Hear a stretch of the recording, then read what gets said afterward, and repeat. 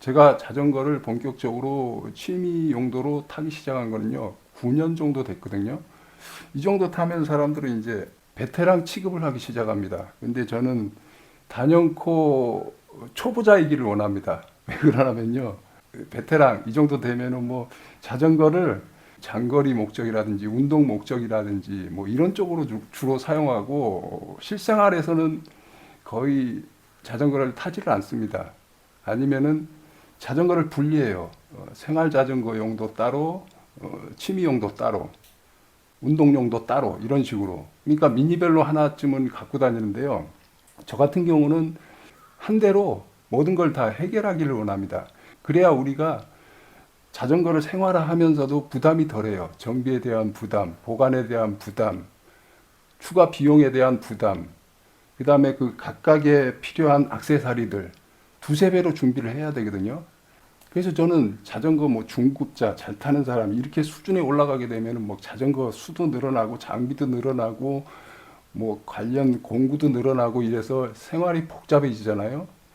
그것을 두려워하는 사람들이 있어요. 특히 저같이 인생이 복잡해지는 걸 싫어하는 유형. 요즘 뭐 미니멀 라이프라는 것도 트렌드가 됐기도 했고요. 그래서 그런데 부담을 가시는 분들은 애초에 자전거를 그냥 에이씨, 안 타버리자 이런 식의 판단하는 경우도 있습니다.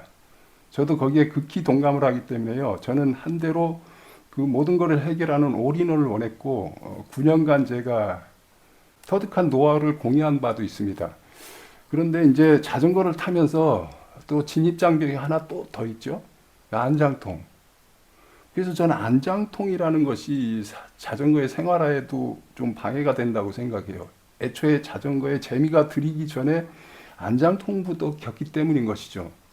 그래서 안장통을 해결하고자 뭐 피팅샵도 가보고 뭐 여러 가지 정보를 찾아봐도 뾰족한 수를 못 찾는 분들이 많아서 그것 때문에 자전거를 접는 분들도 봤어요. 그리고 자잘한 사고들. 그리고 이 자잘한 사고들도요, 자전거를 타는 자세가 잘못됐기 때문이에요. 그런데 안장통 역시도요, 자세의 문제거든요. 이 안장의 문제가 아닙니다. 그래서 안장통에 대해서 제가 먼저 언급을 했습니다만은 그게 좀 포괄적인 내용이라서 좀 더 직접적으로 도움이 되는 영상을 찍어보고 싶어서 다시 찍어봅니다. 거기서 말씀드렸다시피 안장통은 이 안장하고 관계가 없습니다. 순전히 이 라이딩 자세에서 비롯되는 문제입니다. 적어도 로드 자전거를 타면서 안장통을 느끼시는 분들은 다 자세가 잘못됐다는 얘기인 거예요. 그러니까 안장통을 느끼시는 분들은 자세를 교정해야 돼요. 그런데 제대로 된 자세 교정을 하려고 하면은요, 이 피팅이 먼저 이루어져야 됩니다. 근데 이제 피팅을 얘기하면은 사람들이 또, 이거 아직 자전거도 잘 못하는데, 거기 피팅샵 가가지고 또 돈 들이고 이러면 그것에 부담을 느껴서 안 가고, 그냥 이 어떤 인터넷에서 찾아봐가지고 후루꾸루 이렇게 처리를 하는데요. 예, 그건 현명한 선택이십니다. 왜 그러냐면 우리는 선수할 것도 아니기 때문에 안장통만 해결하면 돼요. 물론 잘 타고 싶어서 피팅샵을 찾는 분들은 피팅샵 가십시오. 이 영상을 꺼버리고. 근데 저는 안장통을 해결하기 위한 피팅을 말씀을 드리는 거예요. 그래서 제가 피팅 전문가도 아니고 자전거 전문가도 아님에도 불구하고 이런 영상을 찍는 겁니다. 제가 어떻게 이겨냈고 어떻게 자전거를 생활화했고 해결해 왔는지를 공유한 거예요. 그 첫 번째로 이제 이 페달은 우리가 자전거를 어느 정도 타고 이제 좀 장거리에 재미를 드리려면은요, 이 클립 페달은 거의 필수거든요. 근데 클립 이 페달을 장착하는 순간 이게 생활하고 멀어져요. 그래서 제가 평페달 겸용 MTB 클릿을 추천한 겁니다. 로드 클릿이 아니고. 그러니까 로드 자전거라 해도 기존 부문하고 저는 MTB 클릿을 추천하는 거예요. 그러면서 또 평페달 겸용으로 달린 것을 추천하는 겁니다. 그러니까 에어로 자전거를 타시더라도 MTB 클릿을 쓰시라는 얘기인 거죠. 그래야 생활화가 가능해집니다. 그거는 앞에 영상을 찍었으니까 참고하시고요. 자전거 초보자 입장에서 피팅샵을 거는 것은 아주 잘하는 일입니다. 왜 그러냐면요, 피팅샵에 가서도 해결을 볼 수가 없기 때문에 이 안장통은 그들은 안장통을요, 이 오로지 안장에 대해서 불평하는 쪽으로 갑니다. 왜? 안장을 팔아먹어야 되는 용도도 있겠지만 무지예요. 안장통이 왜 생기는지 무지예요. 그래서 피팅 방향이 그냥 내 사이즈에 맞는 피팅으로 일관한다는 거죠. 그리고 또 사람은 이 신체의 개인 차이가 있습니다. 그런 부분도 디테일하게 못 봐주기 때문에 피팅을 받고 왔어도 내가 미세 조정을 따로 하게 됩니다. 그것은 이제 초보자들이 다 해결하기가 힘드니까 애초에 그냥 피팅샵 안 가는 게 나아요. 그래서 피팅의 기본은요, 이 안장 위치를 조절하는 겁니다. 그러니까 안장 높이, 안장 이 앞뒤 위치, 그 다음에 안장의 수평 정도, 요걸 말하는 겁니다.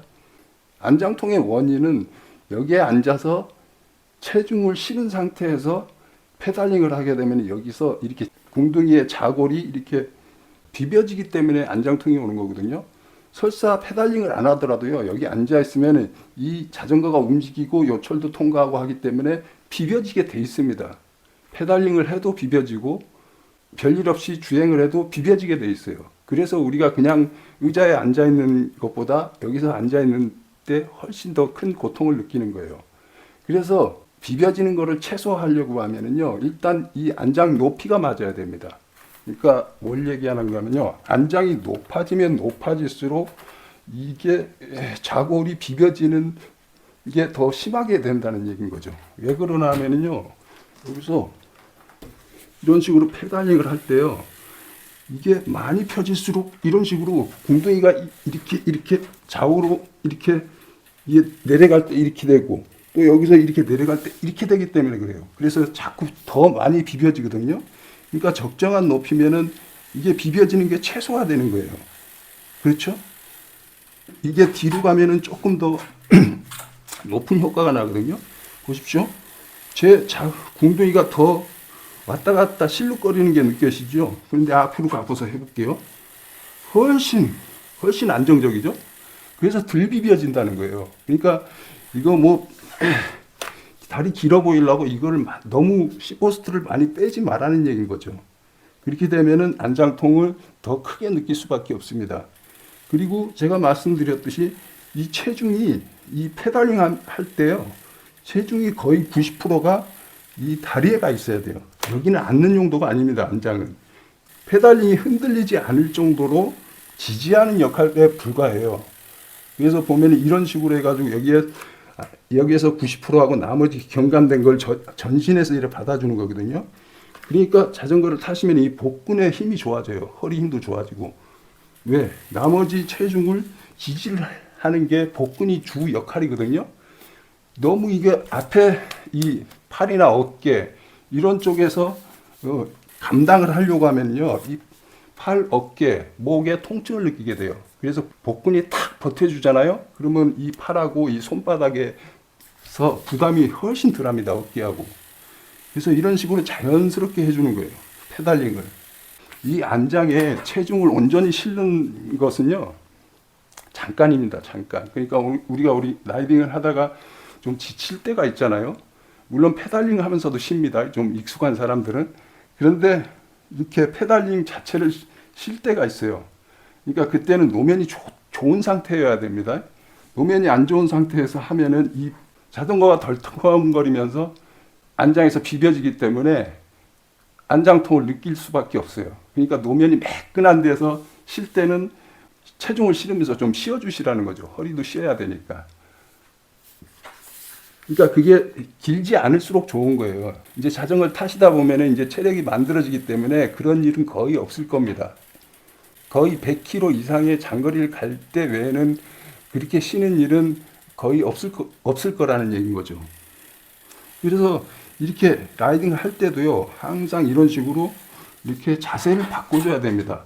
이 로드 자전거는요, 이 드롭버가 있는 이유가 이 장거리를 아주 쉽게 적은 힘으로 가기 위해서 있는 거거든요. 그러니까 여기에 지금 여기만 잡아도 다른 자전거들보다 훨씬 에어로 자세가 잘 나오는 거예요. 에어로 효과라는 건요, 이 자전거나 휠이나 이런 데서는 거의 효과를 못 봐요.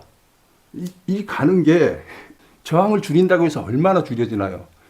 라이더의 몸이 에어로를 방해하는 요소에 거의 다라고 보시면 돼요. 그래서 이런 에어로 자세를 취할 수 있도록 그러니까 안장보다 이게 낮은 자전거는 로드 자전거밖에 없잖아요. 물론 다른 자전거들도 그래 세팅할 수 있습니다만 이 로드 자전거만큼 그런 세팅에 최적화된 자전거가 없다는 얘기인 거죠. 그런데다가 에어로 자세를 깊게 취할 수 있도록 요 밑에 드롭도 있어요. 그러니까 이런 식으로 좀 쉴 때는 이런 식으로 하고 좀 달릴 때는 이런 식으로 하는 거죠. 이렇게. 그러니까 이거는 위험 요소가 있는 가능성이 많은 데서는 이렇게 이 브레이크를 항상 이렇게 잡을 수 있는 준비를 하는 자세인 거고요. 이때는 그냥 안심하고 달릴 때. 그러니까 이게 시야가 확 트여야 돼요. 뭔가 이렇게 뭐 화장실이 있다든가 그러면은 거기서 언제 나올지 모르니까 그런 데서는 항상 이 자세로 해야 됩니다. 안만 속도를 내더라도. 그러니까 제가 이렇게 잡으면서 보면은 이걸 숙이고 있죠. 이렇게 좀 구부리고 있죠. 더 깊은 에어로 자세를 위해서라도 그렇게 하는 거지만요. 안전을 위해서라도 그렇게 하는 거예요. 왜?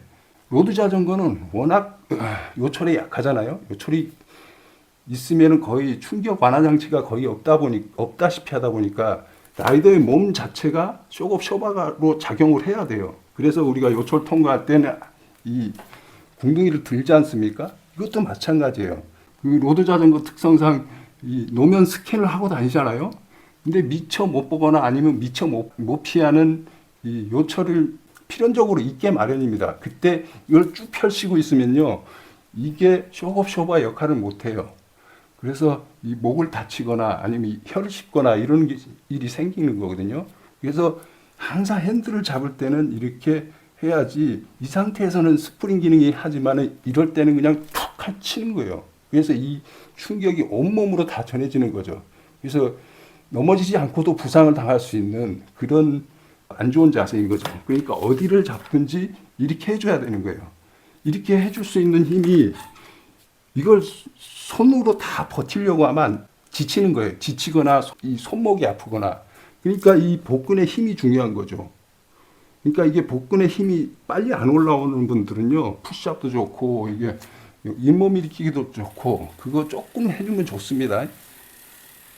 이런 식으로 자세를 자꾸 바꿔주는 이유는요. 에어로 효과도 노리지만요.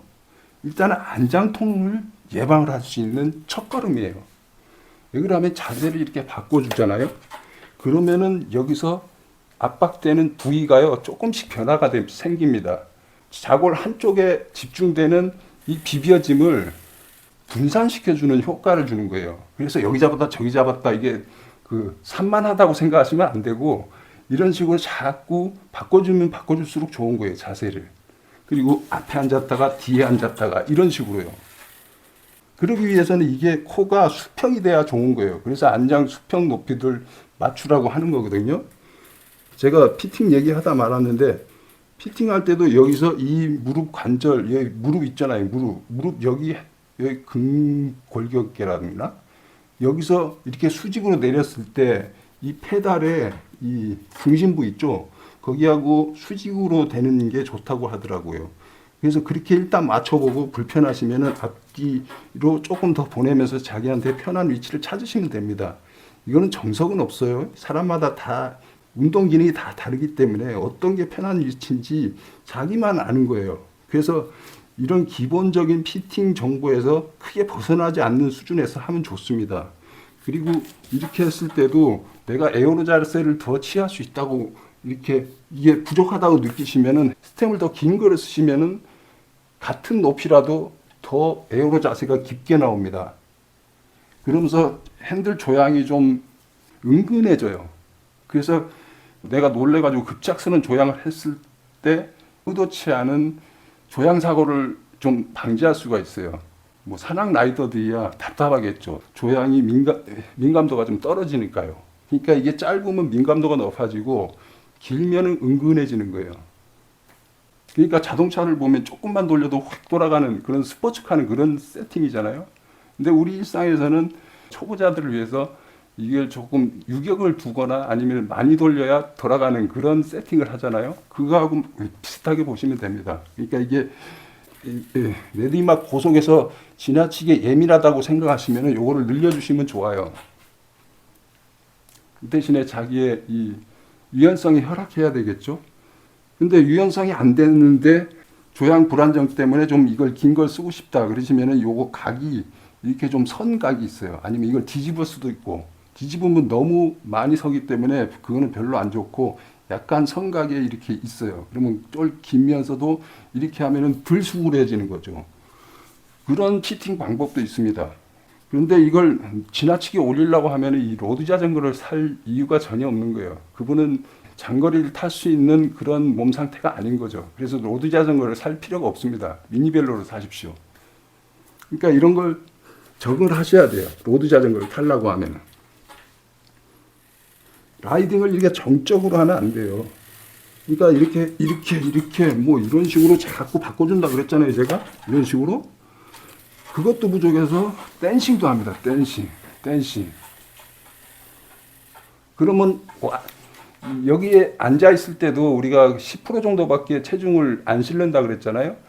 완전히 프리하게 안장에서 해방될 수가 있어요. 엉덩이가 댄싱을 하면은.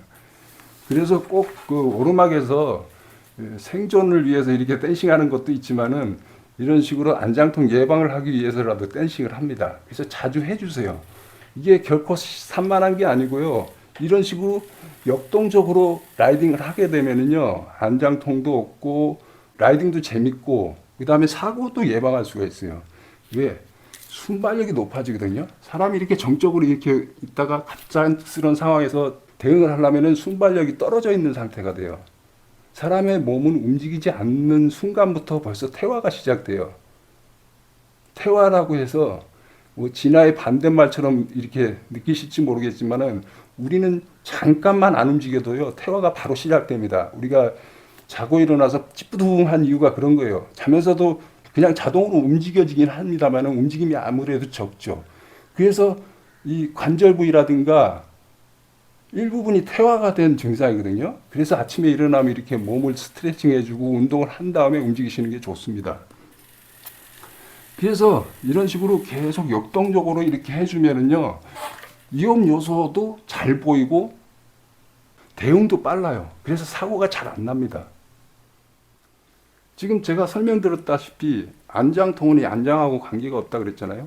이런 식으로 라이딩이 자세가 확립되잖아요. 그러면 여기 뽕바지라는 거 자전거 보면은 전용 복이 있잖아요. 그거 입을 필요도 없습니다.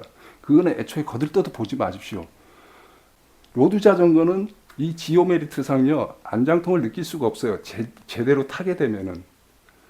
그러니까 안장통을 느낀다는 것은 이 안장 때문이 아니고 여러분들의 잘못된 라이딩 자세에서 비롯된 거기 때문에 라이딩 자세를 고치세요. 이 뽕이나 안장을 갈지 마시고요. 그렇게 되면 이제 뽕바지는 필요가 없어지는 거죠. 그렇게 되면 얼마나 좋습니까? 꼭 우리가 라이딩 가려고 그러면 뽕바지 입어야 된다는 거 얼마나 부담스러워요. 라이딩 생활화의 큰 방해 요소입니다. 클릿도 마찬가지지만, 클릿 신발도. 근데 라이딩복은 더 큰 제약을 받게 돼요. 그래서 우리가 아무 복장이라도 이 반바지만 있으면 그냥 라이딩을 나갈 수 있는 거, 이게 얼마나 자유롭습니까? 그래서 우리가 자전거를 더 자주 탈 수 있게 되고 바른 자세가 확립되어 있기 때문에 운동 효과도 더 좋아지고, 그리고 자세가 바르기 때문에 힘을 덜 쓰고 갈 수 있기 때문에 우리가 거리나 코스의 난이도나 이런 거에 신경 안 쓰면서 가고 싶은 데를 언제든지 갔다 올 수 있는 라이딩 생활의 기초가 만들어진 겁니다. 이거 얼마나 신나는 일이에요. 그러니까 여기서 MTB 클릿으로 해놓으면요, 작정하고 라이딩 떠날 때는 MTB 클릿 신발 신고 가시고, 잠깐 동네 마실 갈 때는 이 운동화 아무거나 신고 이렇게 나갔다 올 수 있는, 그리고 장거리를 갈 때도요, 이게 MTB 클릿이면요, 복귀길에 얼마든지 볼일 보고 시장 보고 얼마든지 할 수가 있습니다. 로드 클릿만큼 그렇게 걷는데 큰 제약이 없기 때문인 것이죠. 그런데다가 자유복장이야. 얼마나 좋아요. 이렇게 해서 라이딩의 생활화가 완성된다는 얘기인 거죠. 그래서 저 같은 경우는 이 뽕바지를 라이딩 경력 9년이지만요, 한 번도 입어본 적이 없습니다. 그러니까 안장통이 왜 오는지 깨달은 이후로 단 한 번도 안장통을 겪어보질 않았기 때문에 그래요. 그러니까 처음에 제가 한 6개월간은 안장통 때문에 굉장히 고생을 했어요. 저도 마찬가지 인간이라는 거죠. 그러니까 어떤 분들은 내가 안장통은 이 안장하고 관계없다 그러면 도대체 믿질 않아요. 그러면서 뭐라고 하냐면요, 너는 그 궁뎅이가 축복받은 궁뎅이 아니냐, 뭐 이런 식으로 저만의 어떤 그 특수한 궁둥이를 가졌다고 이렇게 치부하는 분들이 많아요. 근데 저도 마찬가지입니다. 저는 겨울에도 거의 꾸준히 타는 편입니다만은 제가 1년인가 2년인가 자전거를 아예 못 탄 적이 있었어요. 그때 한번 타보니까요, 안장통이 금방 오는 거예요. 근데 그 뒷날 타니까 금방 또 없어지더라고요. 왜? 한번 만들어진 자세가 이 몸에서 나오기 때문에 금방 체득이 되는 거죠. 그런데 여기에서 치대는 부분은요, 어느 정도 단련이 필요하다는 증거겠죠. 그런데다가 제가 장거리 라이딩을 가다 보면요, 아주 은근한 오르막이 굉장히 길게 지속되는 경우가 있어요. 그럴 때는 다리가 털려가지고 다리에서 이 체중을 분산해 줄 만한 체력이 안 되는 거예요. 허리에 힘도 떨어지고 어깨에 힘도 떨어지고. 그러니까 결국에는 이 댄싱도 지칠 때는 못 해요. 그래가지고 안장에 그냥 주저앉은 채로 페달링을 해야 되잖아요. 오르막이니까. 그때 이렇게 짓이겨지잖아요. 1분도 안 돼서 안장통을 느껴요. 그러니까 그게 이걸 증명하는 거예요. 제가 결코 축복받은 엉덩이 때문에 안장통을 못 느끼는 게 아니라는 얘기인 거죠. 그리고 두 번째로는 안장하고는 안장통은 관계없다는 얘기인 거죠.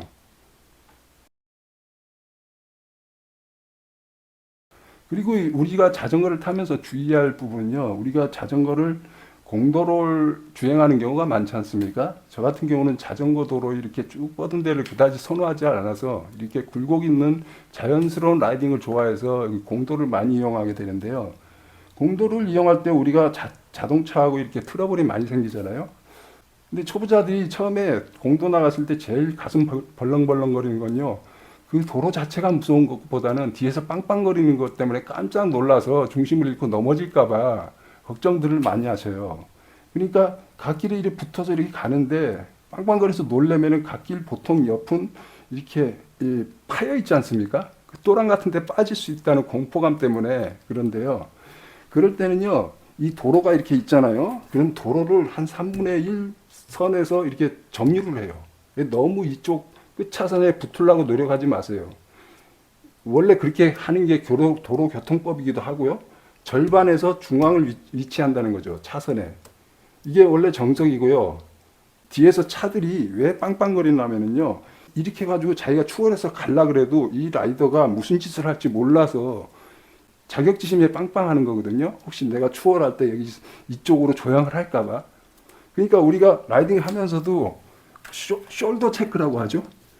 그러니까 별일 없더라도 이렇게 뒤돌아 봐주는 것이 중요합니다. 이렇게 뒤돌아. 그러면은 이 운전자 입장에서는요, 이 사람이 나를 봤구나. 그렇기 때문에 내가 추월을 해 가도 되겠구나. 이런 안심을 하기 때문에 빵거리지를 않습니다. 그러니까 이게 숄더 체크라는 걸 이렇게 해야 되잖아요. 그러니까 보시기 전에는 이 앞에 전방 상태를 안전을 반드시 확인해야 돼요. 요철이 없는지, 노면은 요철이 없는지, 그리고 장애물에 뭔가 가려가지고 어디서 튀어나올 가능성이 있다든가 이런 것들을 확인하셔야 돼요. 아무 이벤트가 없는데 뭔 장애물이 있잖아요. 그럼 거기 뒤에서 뭐 오소리가 튀어나온든지 뭐 아니면은 거기가 어린이 놀이터인데 공이 날라와서 어린이가 쫓아올 수도 있잖아요. 그런 상황을 얘기하는 겁니다. 그런 가능성이 있을 때는 숄더 체크를 빨리 하거나 아예 하지 말아야 돼요. 그러니까 이게 숄더 체크라는 게 이제 유연성이 높은 분들은 이렇게 해서 해도 괜찮아요. 어떤 분들은 이렇게 해도 보고. 이게 이렇게 보면 더 편하잖아요. 이렇게 보면 많이 꺾고. 그러니까 이런 방법이 있는 거예요. 1번, 2번. 이럴 때 이것조차 부담이 있는 분들이 있어요.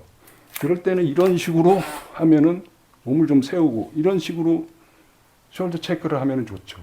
근데 이거는 신속한 숄더 체크가 안 돼요. 그리고 내가 숄더 체크 마치고 앞에 싹 봤을 때 돌발 상황이 생겼을 때 대처가 늦을 수 있습니다.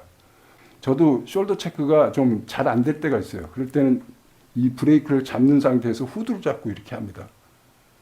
그러니까 이렇게 하면은 이 유연성이 안 나오는 사람들은 이렇게 하라는 얘기인 거죠. 그렇게 해줌으로써 우리가 이 도로에서 운전자하고 얼굴 볼 길이를 좀 줄일 수가 있습니다. 그리고 이게 이 로드 자전거가 위험한 게요. 이게 타이어가 얇고 고압이잖아요. 그래서 얘는 그립력이 상당히 약합니다. 건널목에는 이런 식으로 평평하게 해놓습니다. 휠체어도 지나가고 이래야 되니까 노인분들도 지나가셔야 되니까 이게 편하게 하도록 그렇게 해놓는데 이게 완벽하게 이렇게 일자가 아니에요. 어느 정도 이렇게 단차가 있습니다. 그런 데를 사선으로 이렇게 통과하게 되면 노드 자전거는 100% 넘어집니다. 거기를 싹 줄여밟고 이렇게 넘나들지를 못하기 때문에 뭐 MTB도 마찬가지예요. MTB도 또이또이한데 특히나 로드 자전거가 위험하다는 거, 취약하다는 거죠. 25C 타이어라도 트레드가 있는 타이어가 있어요. 그걸 믿고 안심하면 안 됩니다. 그런 단차를 이게 이 트레드가 잡아주지를 못해요. 그냥 슬릭 타이어나 다름없다고 생각하시면 돼요. 타이어가 고압이기 때문에. 그렇다고 거기를 줄여밟을 정도로 이 타이어를 저압으로 해놓으면요, 여러분들은 계속 펑크를 겪을 수가 밖에 없어요. 펑크 관련 영상도 제가 올렸는데. 그렇기 때문에 적정 공기압 상태에서는 그런 데서는 꼭 조심을 하셔야 되고, 보통 보면 이제 이렇게 직각으로 넘으면 아무 문제가 없어요. 좀 충격은 있더라도. 그런데 이렇게 인도에서 무슨 일이 생겼어요.